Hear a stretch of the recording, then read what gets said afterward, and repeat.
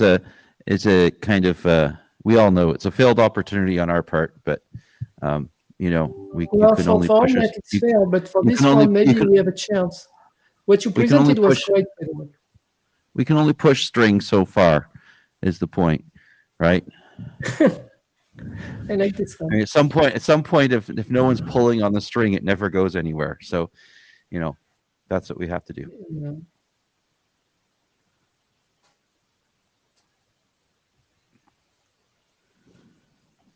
Okay, it's Okay. 1:30. I suggest we So, get started. yeah, thank you. Welcome everyone. This is the Ietf114 Roll session, routing over local organizing networks. Um, um, Please be aware that this meeting is under not well, and we will not read it, but you have, if you participate, you have to agree with the ITF process and policies.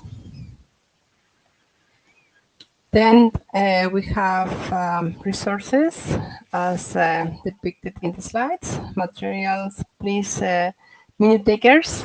Do we have minute takers, So, Jabber Ivan? subscriber? Okay, we have Ivan, just volunteer. Thank you very much. And Michael, will you be on Jabber? I know you're a pro of Jabber. Thank you. Okay, excellent. Thank you very much. And okay, the meeting tips. So we request you to sign Miteco so we can have the blue sheets and to know who attend the meeting. Use Miteco to join the meet queue. That's as well required. Keep audio and video off if it's not used in the on-site version. For remote participants, well, mute unless you are speaking, and use of headset is recommended. Okay, our agenda. We are going through the working group status right now. Then we have Pascal depicting the status of DAO projections, and then the 6 law multicast registrations, and we will have 10 minutes for open floor for everyone. Some comments on the agenda? Okay, thank you. So our draft status, NSA is received the AD evaluation, and the authors are working on addressing the open issues. Our variable is back to the working group, and as well we are addressing the open issues to be able to send it back to the ASG. DAO projections are going to be discussed today, as mentioned previously, and notice that this document is in working group last call for several weeks already, and we have not received any objections. So today we want to know your opinion, and if you agree with the document, we can just close the working group last call. And then the enrollment priority, now those are working in addressing open issues. MOPEX and capabilities are waiting for attention. They were expired in November last year, so we will need to return to work on those. As well, we want to, for repository root ACK, we would like to again issue the working group adoption for this document. For NFP, this work was adopted by the working group. Review is needed. Probably we will need to set up work items to work on this too. But now we want to focus attentions on DAO projections in the document that we have working group last call. Thank you. Then we have our milestones. For this year, we aim for DAO projection, enrollment priority, MOPEX if possible, and as well close Audivia Ripple. And then for next year, the rest of the documents, including the evaluation if what we have to recharter or close, as well probably start the rebuild version 2 or rebuild this. And then we have open tickets for enrollment priority, how the variables, some they were closed, but there are still some open. Then as well for rebuild observations, we have future work items. MOPEX, we have one.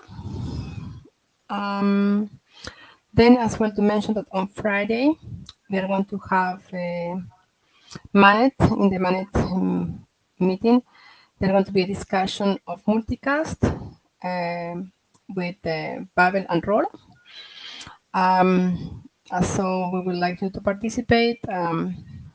And yes, there is an agenda. Basically, present multicast in Babel, how is multicast in LN, in Manet as well. So this is as well kind of a brainstorming how to address multicast.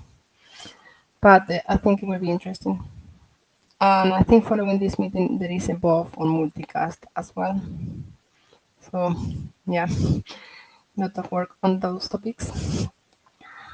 Okay, thank you. Pascal, the floor is yours. I will pass the control of slides. Many thanks, Ines, and maybe I will turn on the video. I don't know. So you should We have go. the slide Yes, control. we Okay. turned on the video. Hello, guys. Okay. So it's very, very sad not to be with you today. But yes, we will do it remotely. And so this is about the DAO projection. So since Ines has already introduced the situation, so this is basically what we do. We build instances within instances, and you can call them overlays. And the overlays take the usual shape of a traditional Ripple instance, meaning that it's a geodag and it reaches some targets which are considered as external destination in RFC 9008. And basically to reach them from an ingress point which acts as root, you need to build a geodag, and we use typically non-storing mode to have the dotted lines and storing mode to join the dots, basically. So this is the things that we are building. We call track a complex dotted line, basically a geodag, a complex expression of a potential for a path between an ingress and an egress. And we call a segment a serial direct sequence of nodes, which we can install using storing mode. For instance, in black on the top, you see a storing mode PDAO, which installs a segment between a relay A and an egress E.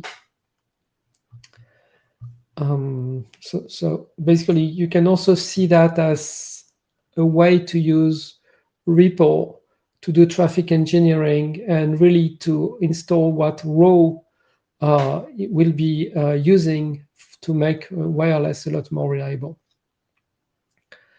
So summary of the recent changes. So we had a number of reviews. We had Lee. It took 2 rounds really to go through the edit. The second round included Michael's additions about amends and extends. And since then, I've tried, and thanks to Dominique and Ines to remind me, but I've tried to use amend when it was needed. 25 included a rewarding of terminology to make sure the terminology was more clear on the concept of legs, which is one possible path along the track, source route path along the track, and possibly a sequence of segments to get there. Then 26 was remove arrays. So we the chairs asked Remus to do a deep review as well. So it was quite intense, but I think there was one bug that he found, and for the most piece, it was a lot of cleaning up. And so his review, the second step of his review went in 27 with Dominique's review. So then again, Dominique was very kind to propose, like Remus, for the typos, a pull request. So that's really appreciated. It saves a lot of time processing. So that was neat. And then Dominic had these comments in line in the pull request. So I handled them in line, and we actually use get to discuss, but I copy the main results on the mailing list as well. So all the gory details can be seen on GitHub, and the summary of the changes on the mailing list. So there were a number of interesting issues that were raised directly or indirectly by Dominic's review. First thing is, and I think it's quite important, the sibling information option basically gives you so a node sends a DAO with an SIO in it, and basically what it says is, I've got all those siblings. So these are the nodes which are one hop away from me, which I can directly route to. So basically that means, for instance, if the root wants to get one of those nodes along the path, I can forward to him. It can be a next stop. Or if he's a target, then you can build a track which terminates as me, egress, and I can reach those siblings. But it can also mean if you have a packet to give to those guys, even if it's not a track, anything, if you give it to me, I can give it to him directly. And this really reminds of next hop resolution protocol. I guess in Mane, they've got variations around that, I'm pretty sure. You can basically say, hey, if I'm one hop away from the destination, well, 2 hops, I have one neighbor which is a neighbor, then we don't need routing. Multicast DAO in Ripple was initially without siblings, just for direct connectivity. I'm here, I broadcast a multicast DAO. Everybody around me knows I'm here, no need to use a Ripple path to get to me. We are neighbors. With the SIO, we extend this to 2 hops. It's one of the consequences of having an SIO is we can do 2 hops away. And it's loopless, it's just having a common neighbor that can relay. So it was there, but it was not clearly stated. And doing the changes for Dominic, I realized that it was important to make it more clear. And in particular, what was missing is we were not amending RC 6550 on the multicast DAO. The multicast DAO was explicitly for 1 hop. And now, because we have SIO, we can make it 2 hops. So I made the changes to make that very explicit, and I did a sentence which talks about amending RC 6550.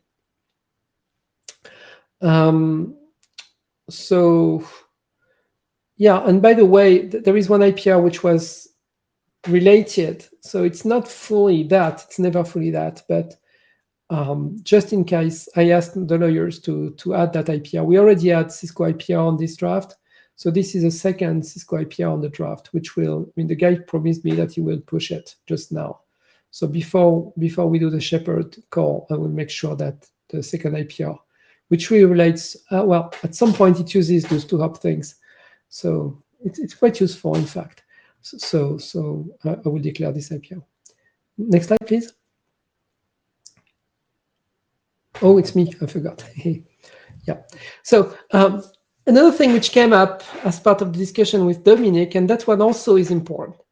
Forever, we had that discussion about loop avoidance. We are in a situation that we used to call multi-topology routing, where you have the main topology, which is the main Ripple, the ODAX, or the underlay, if you like. And you've got the track, which is an overlay. And when you do multi-topology routing, if you let a packet bounce between topologies, it can loop. Just depends on the way the topologies are organized. So it's very important that the topologies you're manipulating, or basically the rules that you're using for routing, have a strict order. So you can go from this to that, and this to that, and this to that, but never the other way around. Otherwise, you have a chance of loop. So the text that we had was clear that in the context of forwarding along a loose track, so to the loose hops, that you could use either a next hop, which is a segment to get to the next loose hop. You could use a direct neighbor or via a common neighbor using that's when we found that the SIO discussion was missing. But basically, if if you have a packet, you're along a track, so you're one of those loose hops. If the destination is direct one hop, then pass it to him. If it's not, but you have a common neighbor, then pass it to him. If not, but you have a segment route, basically a storing mode DAO, which reaches the next loose hop, use that. Else, it could be encapsulating inside another track, which effectively gets to the next loose hop. Do that, which creates a new encapsulation, but that's still okay. Else, drop. So you had all those methods, but what you didn't have is a strict order of them. So we clarified that to avoid loops, basically there is not only a preference to use direct hop if you have else, common neighbor, etc., but it's also a precedence, meaning that you can never take a packet of a segment and put it in a different track. If you're routing due to the common neighbor, never put it in a segment. It would be the recipe to disaster to loops. So the text is now, I hope, more clear about that. There are two things, though. One of them is a very old pull request, which really does not apply to the text at all anymore. But maybe there is something to dig into it. I don't know if Raoul is with us, but Raoul basically is the one who made that pull request.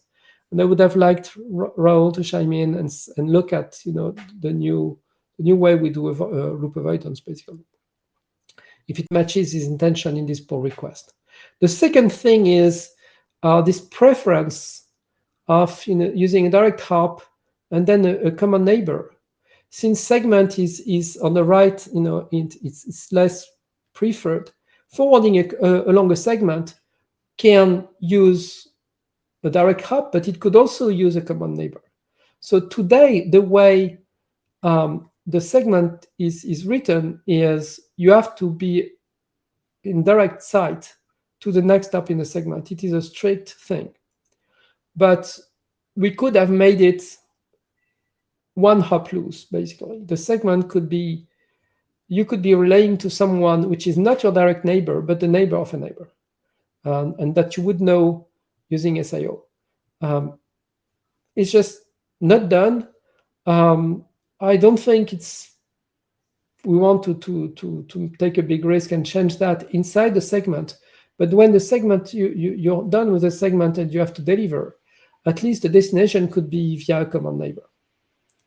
But anyway, the way it's written right now is when you forward along a PDAO, which is a storing mode PDAO or a segment, it has to be hop by hop strictly.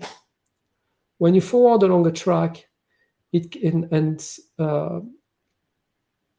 have to deliver a packet that just your loose hop, and you look at how to forward it. Then you can use the one hop, two hops, or then a segment.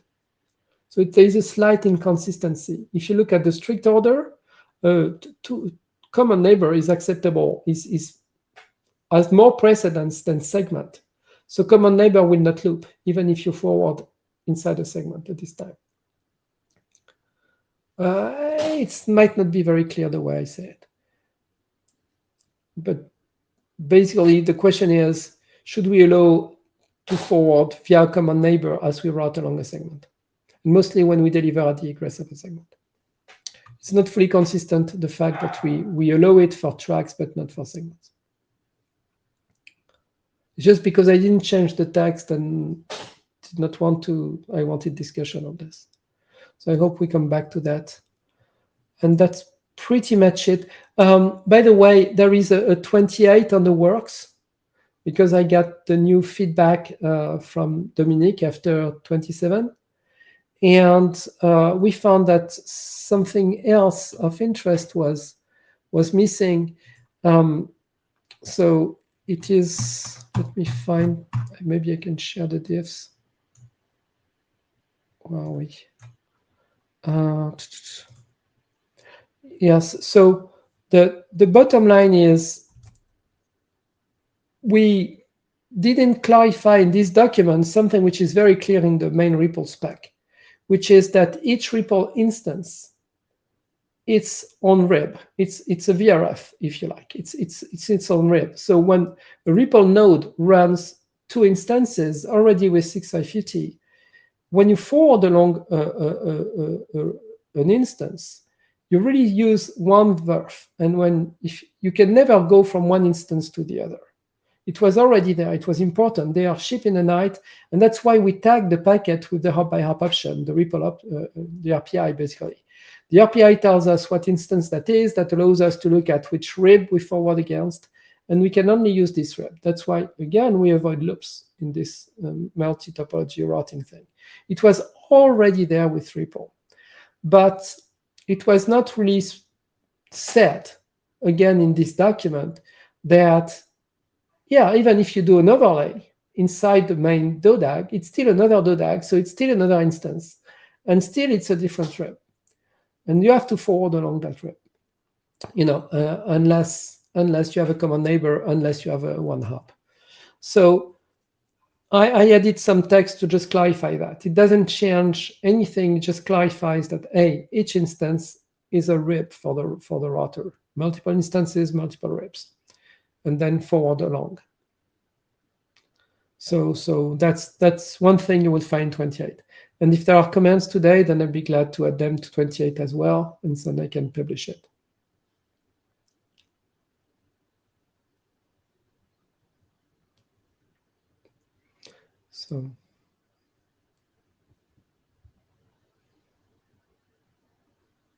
So, any comments on this?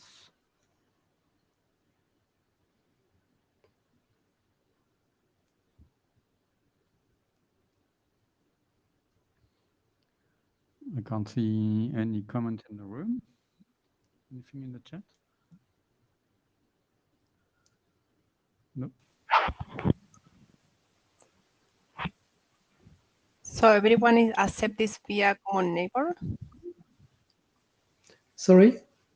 About the proposal that you say common neighbor. I think it's okay, but some comments about that?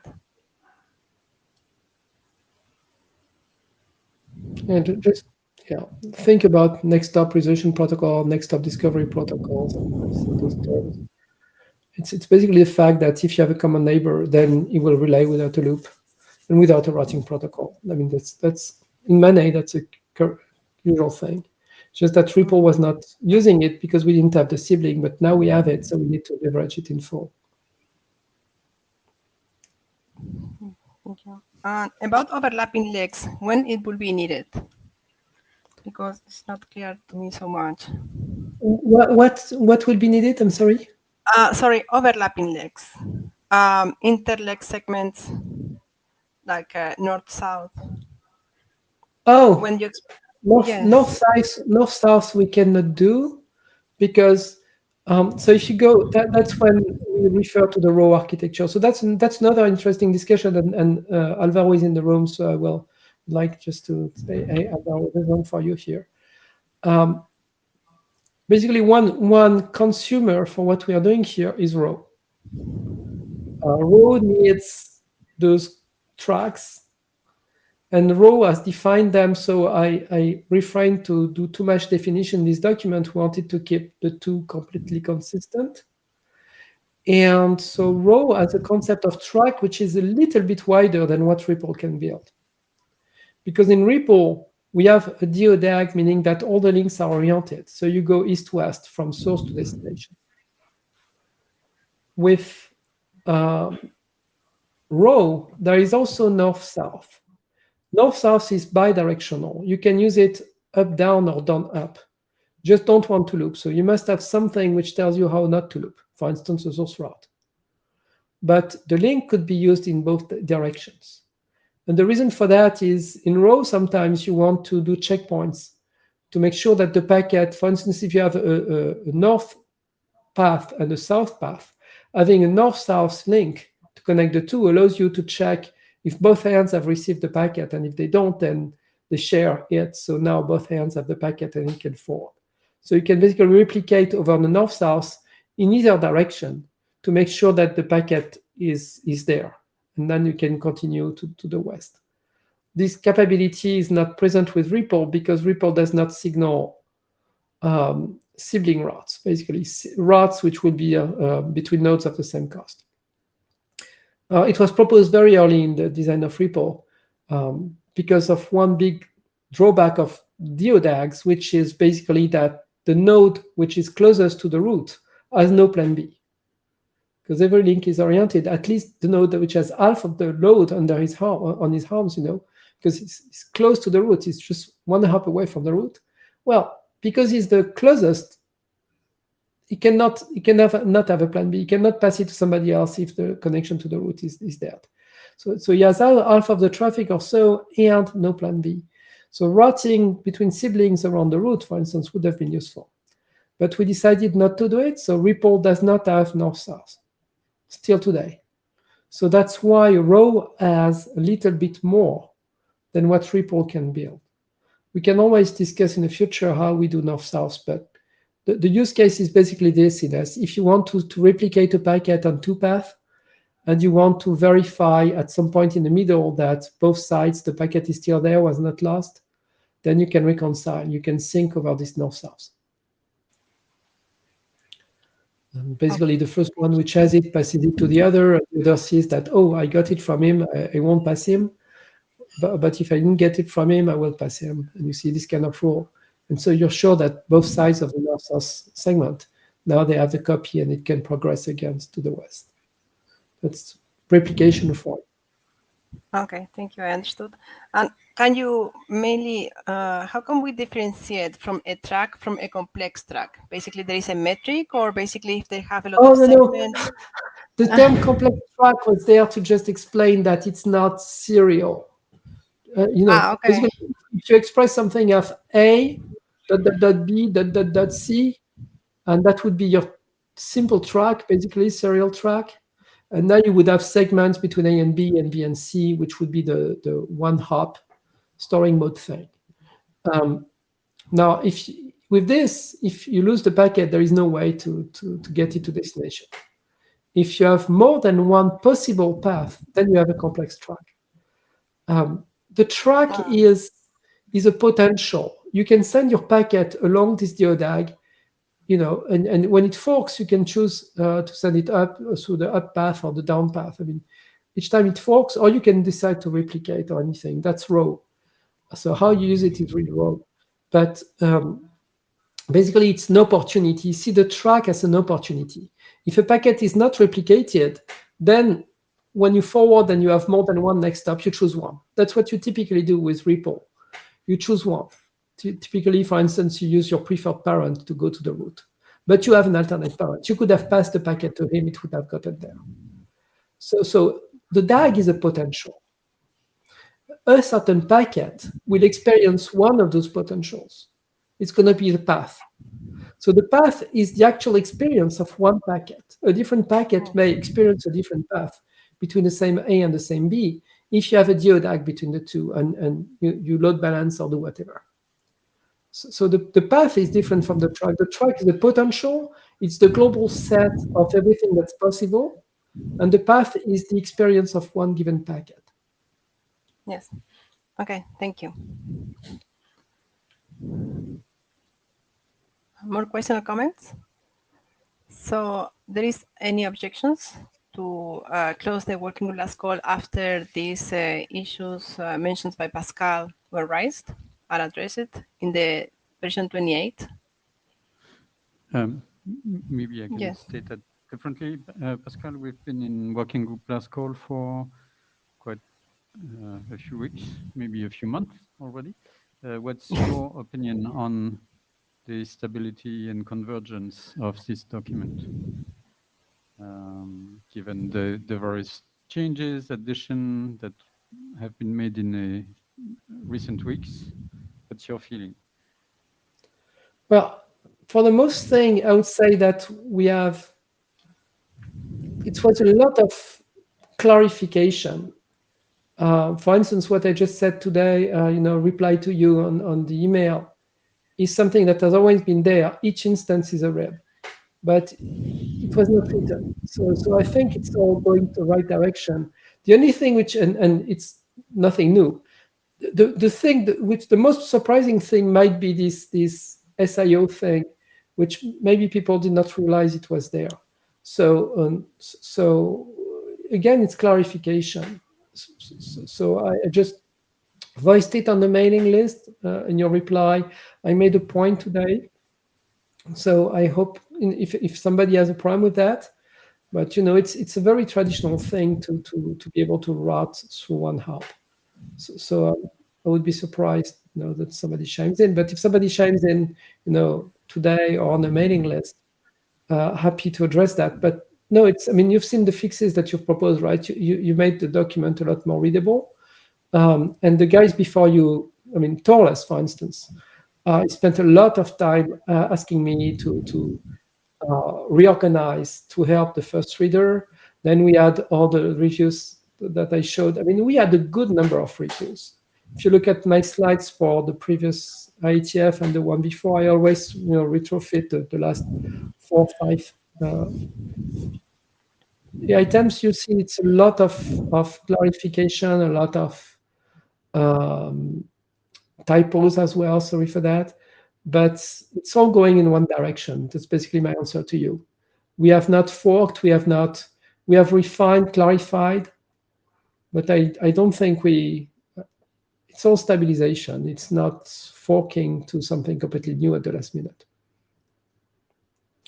So I'm good, basically. Okay, so I'm hearing from your point of view, we have converged on this document. Yes, and I'm sorry because I was telling Alvaro I have a point for you.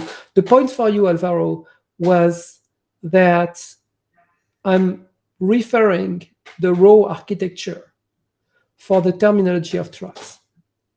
And because it's terminology, I made it a normative reference. Problem is the raw architecture is still on the works. It's in last call type of situation, but it's still on the works. And so, and by the way, I'm pretty sure it's going to end up as an informational. So we'll be in this double situation of a done ref to informational, and basically this document will be held by the raw architecture. The alternate was to redefine the terminology from the raw architecture into this document. So what do we want to do? I think it's more correct to do it the way I did it, so I did it. But if you prefer otherwise.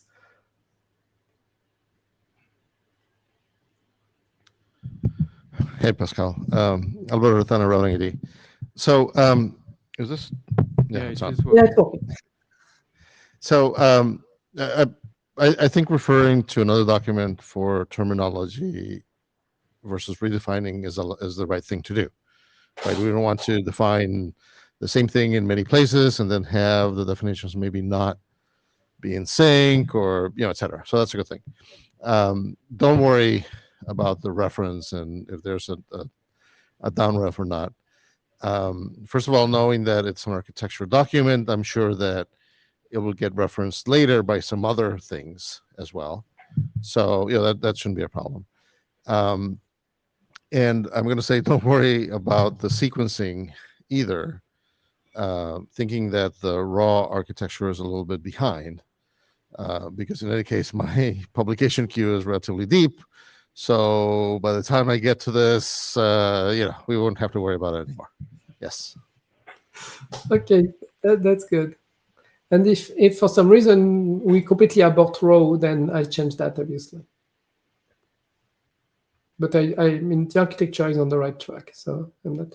But just to let you know that it may hold this one. That depends on the different queues. John's versus Alvaro's.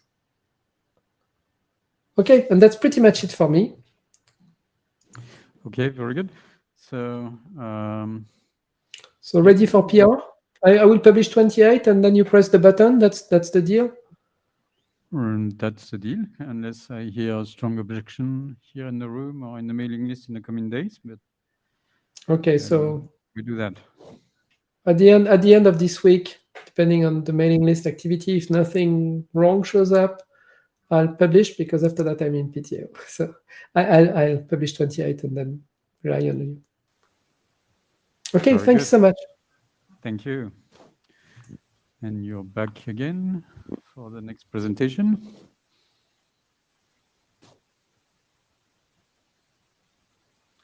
Okay.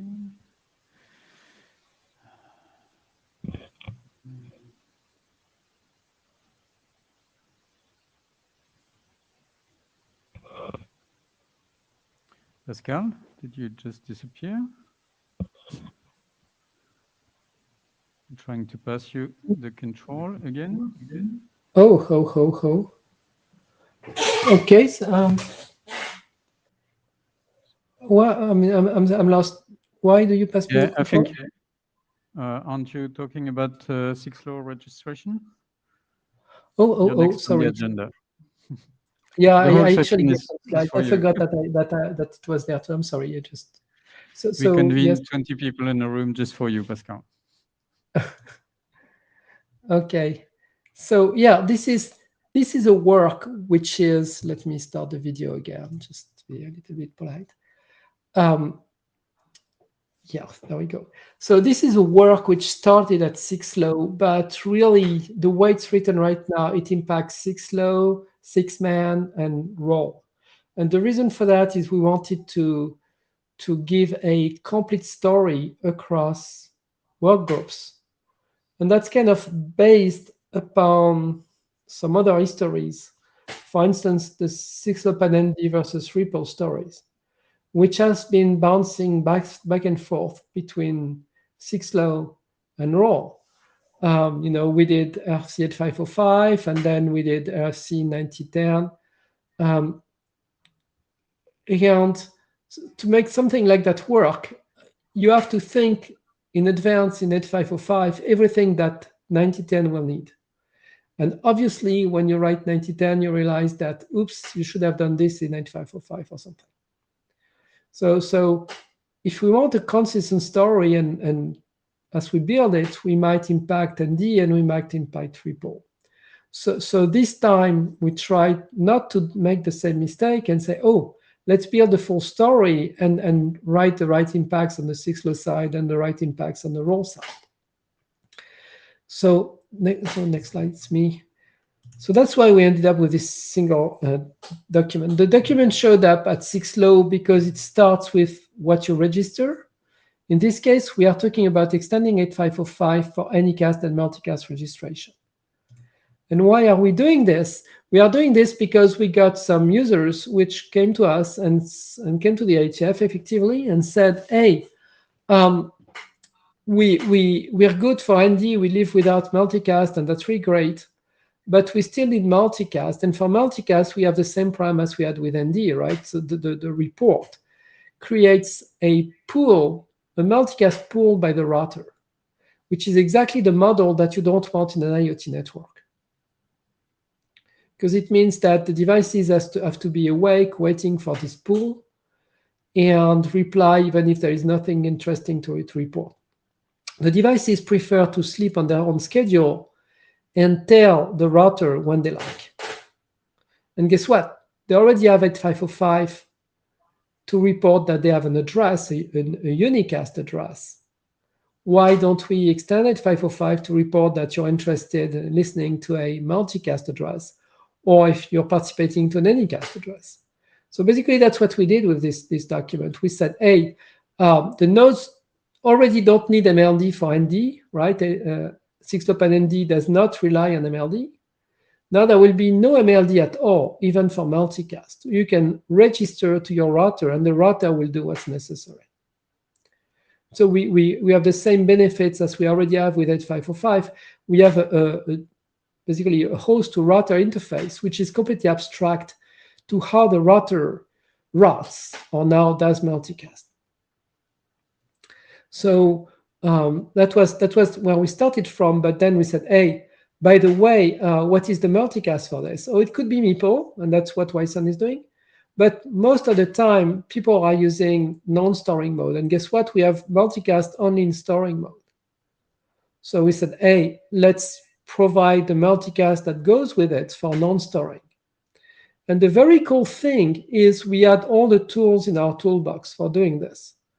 Because with RFC 9010, the repair and nowhere leaves, we already know how to build tunnels from the root to the router that serves the device. So typically a device that doesn't want to do MLD is a low power device that doesn't want to do Ripple either. So it will do at 505. It will be seen as an external destination. And then there will be a tunnel to the router for him. So for non-storing mode multicast, why don't we leverage this tunnel? And so we said, hey, basically the multicast addresses are registered using non-storing mode, but basically the way it percolates will be very close to the way we do unicast, with only one thing: the TID will be omitted. That won't be considered. That's going to be next slide, because multiple sources can ask the same thing, and the root will do ingress replication. So there is no multicast tree inside the non-storing repo. There is just a set of tunnels between the root and the routers which serve the final destinations. And so we added this into this document, and we called it MOP5. So that was the discussion on AODV repo with MOP5, and we agreed that AODV repo is MOP4, so we can be MOP5. So it's still question mark, but basically we are there. So we have new flags in the ERO, and those flags are propagated in the DAO. So now that's basically consistent, the changes we do in the ERO and the changes we do in the DAO. So that's the cool thing about having a single document. And so we pushed it 3 times since last IETF. Mostly clarification again, right? It was clarification, but we wanted to be quick with this document because there is a huge need on the Wyson side. So we really worked on it, and I got the Wyson guys to do reviews for us as well. So we clarified that it's an alternate to MLD where the device pushes that he listens to an address as opposed to getting a pull by the router.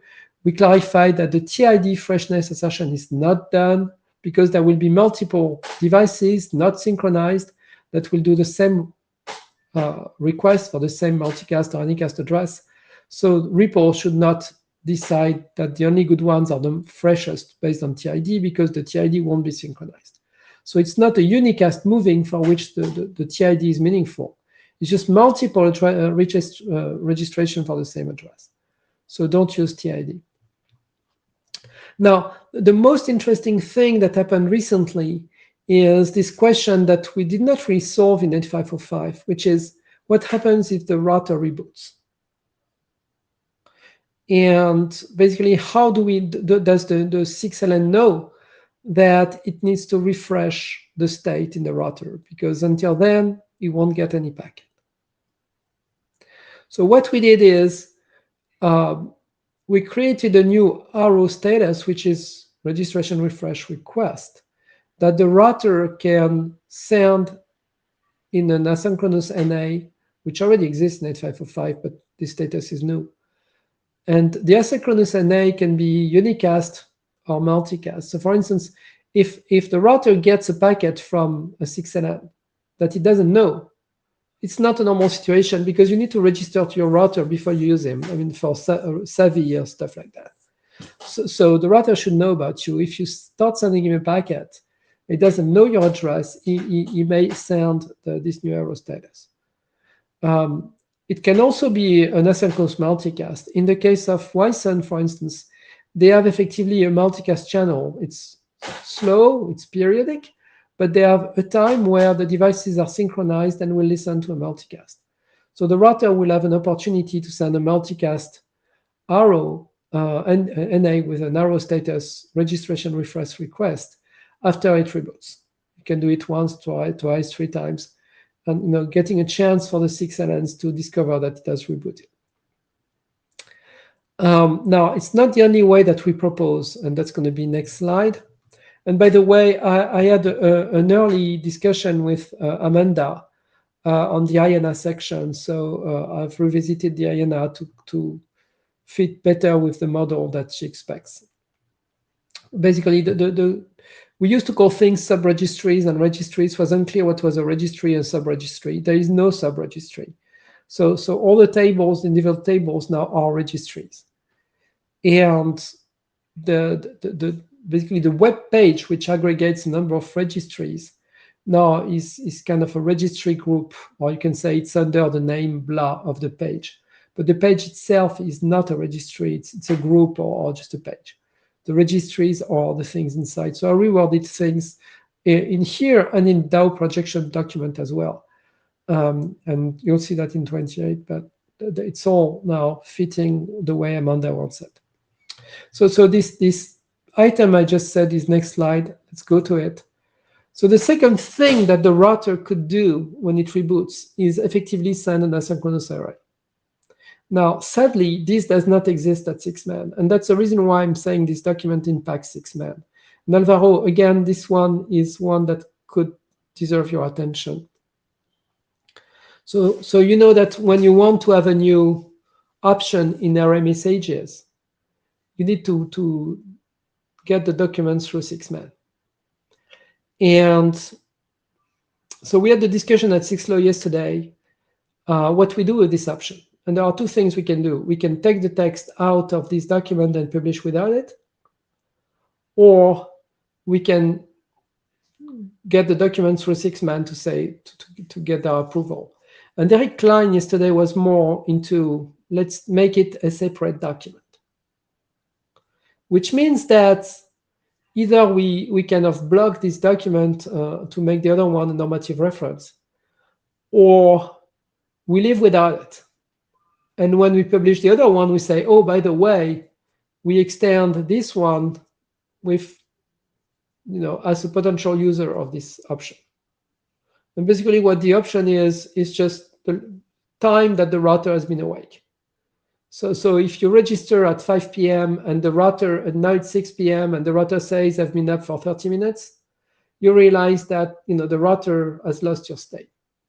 And so you can re-register whatever.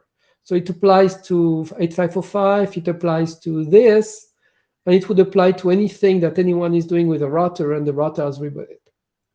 So Eric kind of agreed that it was of general usefulness, and so he was more into let's make it its own draft.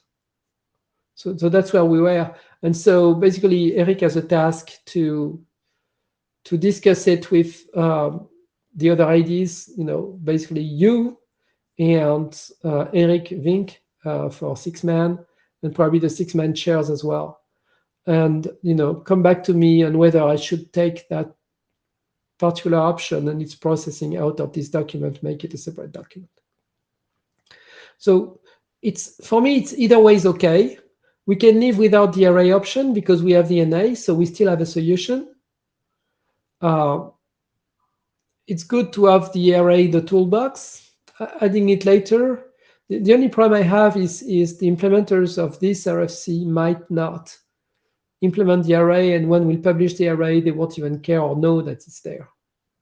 So that's they will have to live probably with the NA. That's the only problem. Unless, like I said, we make the other document a normative ref, but I don't know how long it takes to take the other documents through 6man. That will delay this RFC quite a bit. Now, going through 6man, having its own document, I guess we'll have a much better result because 6man will hopefully pass it, but they will message it, make it more useful, hopefully. So that's where we are. So don't be surprised, Alvaro, if you see Eric coming to you and asking, how we proceed with this thing. I made sense? Hey, about return routing. Yeah, I didn't know if you wanted me to say something. Yes, it makes sense to me. Okay. And neither 6low nor 6man are my working groups, so yes, I'm fine with this. When you're finished, I do have a couple of other questions for you. But I'm done. Sorry. Go ahead. okay, so what is the status of this in 6low? Oh, we are done. I mean, the expectation that what was discussed at 6low was to trigger a work group last call. And I guess the chairs, maybe I should leave Dominique or Ines discuss this, right? Because you already agreed with them, I guess, Dominique. So I will leave you. Yes, we did. So we'll issue working group last calls synchronously between the two working groups, and Sixlo stays at the home for this document, but we're working together. Perfect. That works perfect for me. The reason I was asking was not that, but was because of the relationship with PIM. And I know that I had asked that we discuss this in PIM. I know that you sent an email to the PIM working group. I refreshed the email a month or so ago to see if there was something, and there was nothing. Yeah, Nothing and, came back. and Tim, actually, that's thank you, Alvaro, for bringing that up. Tim also mentioned that yesterday, and the answer, Timothy Winters, and the answer I made to him was like, we are not really doing multicast. We are doing ingress replication. No, So I understand that. there is nothing like PIM, right? Completely nothing like my PIM. concern is that PIM does other things besides PIM, the protocol, like MLD, which is something Yes, that you're placing here. And the PIM working group right now is working on moving MLD to be an internet standard. So it would be nice for them to consider if there's other work needed if the signaling doesn't come through MLD, but the signaling comes through the mechanism you're specifying here. So I'm going to, so that you're not surprised when people come running behind you, I'm going to go talk to the PIP chairs, because I think this is important that the working group discuss that, at least that we get something, right? At least that we get no problem type response from them, but I would really like to see a response because there's a lot of processes that are dependent on, as you mentioned in the draft, MLD snooping and some other stuff that would have to change. So if a host now starts using the signaling in a network that would otherwise be using MLD, someone has to do something different. So just so that they're at least aware and that we get some positive feedback from them that someone read the draft and that everyone's fine. That's neat, Alvaro. I really appreciate the way I would like. What I'm mostly interested in on my side is whether there is something we would need to add in our spec here, because basically the whole thing about Ietf114, the philosophy behind it, is we have an agnostic way for the host to talk to the router. What the router will do with that, if it does REPL, if it does ND proxy, if it does Rift, if it does EVPN, we don't care. That's the router business. But it's important that the host always provides everything that's needed and that the router cannot infer by himself. That's why the arrow has the sequence counter, because when you move, the routers cannot know what's the most recent location. You have to provide it to them. So the sequence counter, the proof of ownership, those things the router cannot infer. But everything else, like deciding to inject it and how to inject it, etc., long as So if MLD needs, because the router could today, what we do with this spec is we say, hey, if you have non-storing, you can use this new MOP5. We also say, if we have MIPO, you can use MIPO. But what else? Just like Ietf114, the else could be anything. But is there a case, something that MLD would like to get from the host so that the router can proxy MLD on behalf of the device? Right, and I think that as we've talked about before, 8505 and even the extension that you mentioned to this about restarting have broader applicability. And so, right, it's not only going to be in networks where Ripple is running; it may be in a network. Exactly, it's agnostic. It's agnostic, so but sometimes that's you need the point of view that I want to get from the PIM guys, and at least again, so that they're aware, so that if other work, not just in the spec, but other work that they might need to do, That's you might fantastic, want. Alvaro. I really appreciate that. Okay, so I'll. It's too bad that the PIM meeting was this morning, but I'll have Mike and Stig chase it down at some point, and try and have some discussion with the PIM working group that they push them to actually say something. Well, if someone could contribute to the workgroup last call and Yep. as a I'll comment accept it. say, "Oh, either I'm good," but I mean, if he comes and say, "Please add this flag to the arrow because we need it," or this field, we have an opaque field where we can put 1 byte, by the way. So Okay, if there is sounds good. Thank you. something like that they might like us to do, I mean, it's perfect time to. It doesn't change the philosophy or anything big, right? But it could be, what they want. Right. Thanks. Oh, thank you, Alvaro. And that's it for me. Thank you very Thank much. you, There is Pascal. a question. There is a question, Pascal, in the chat. Let me see. Sorry. Yes. Adnan. Can Oh, we Adnan. use raw? Can we use raw for all type of address registrations? Then the second question will be that Sorry, the I'm person does not traveling, so understand that. Oh, that's a Thank great you. question, Adnan. So the TID is normally a sequence counter. What it normally does in REPL, in the arrow, but then it passed in REPL as the path sequence, is if you move and you send a DAO, then you compare the sequence of the different DAOs that you have, and the most recent sequence comes from the latest location of the device. So every route that you would have for an older sequence has to be invalidated. This is basically traditional REPL. Now, it was not said enough in the REPL multicast support in 6550, which is only storing mode. It was not said enough that the TID does not apply to multicast, because if multiple people register to the same address, I mean, they don't know what TID the other guys are using. They all want a multicast. So it's not, the TID was meant to keep only one route, only the most recent, for a unicast moving. For any cast, you want to keep them all. So basically, the only way to retract the multicast route is to time it out, to let the lifetime time out. And the TID cannot be used to say, oh, this one is obsolete because it has an older TID. Now, for the rover is normally a proof of ownership. And then again, we will need to do something like 8.9.28 if we want to exploit rovers for multicast. What I take from your comment is I should probably say in this document, as far as this document is concerned, there is no owner of the multicast address, so you don't use the rover, just the same way you don't use the TID.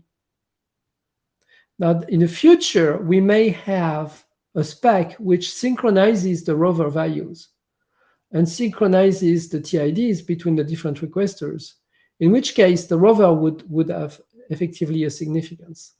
But for now, I guess I take as a workgroup last call command that I have to say what I say about the TID, I would say about the rover. Since they are not expected to be synchronized, there cannot be one value of the rover for this multicast group. At least with this specification, we have no way to force everyone to have the same rover. Okay, so and then was that your question? yes, for the TID, yes, I know what you said, but I just want to know that you are removing the TID in future specifications. Oh, no. The question. TID is very important. The TID is important, but only for unicast routes, because it allows you to figure where you know that, and then, but it allows you to it allows the routing to know what's the most. The freshness. Yeah, most recent. Okay. And But I for was multicast, thinking about the if. Sorry, go ahead. And then?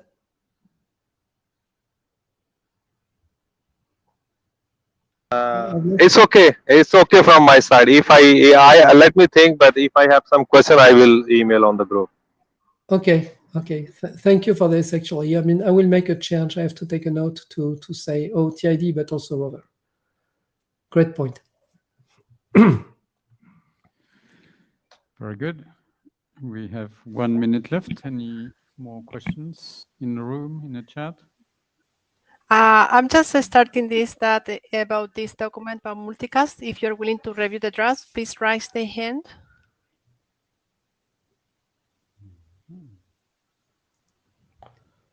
The good news, it's not a big document. It's not the DAO projection thing. Or Rift, speaking to Alvaro here. Okay, we had 4, so it's good. Okay, thank you very much. Okay, 5, good. Okay, thank you very much. I think we can close the meeting. Thank you very much, Pascal, for the presentations, and we continue in the mailing list. Have a nice ITF week. And Thank you. if I may, since I'm in the room, we have a few newcomers with a new attendee ribbon. So maybe we jumped quickly into detailed stuff. If you're interested to learn a bit more about what we are doing, what this is all about, you can come forward to me and we can have a 5-minute chat. So I'll give you the context of what is being done and the history of this working group if you're interested. Thank you. Thank you very much, Dominique. And thank you very much to the Jabber taker and minute taker, Jabber scriber minute taker. Thank you very much. Dominique, can I ask you one thing? I don't know if you can, but can you go for me at the registration? Because I paid for the full trip, but I'm not coming for some reason. But they have a T-shirt for me. So you want me to carry your T-shirt back home? Okay, if you can, don't worry if you can't. But if you can get my kit, I would appreciate. Otherwise, forget. Okay, let me know which size you want. Large. Okay, I will do that for you. Nice. Thank you so much. Bye-bye. Thank you very much. Bye-bye.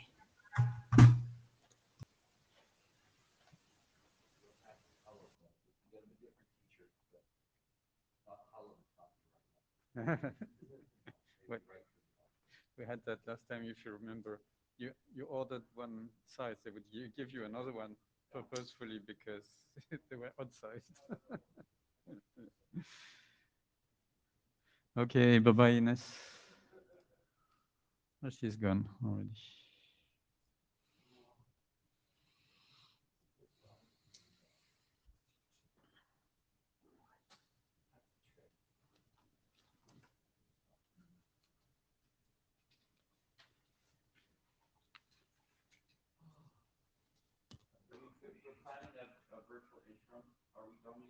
Yes, we are.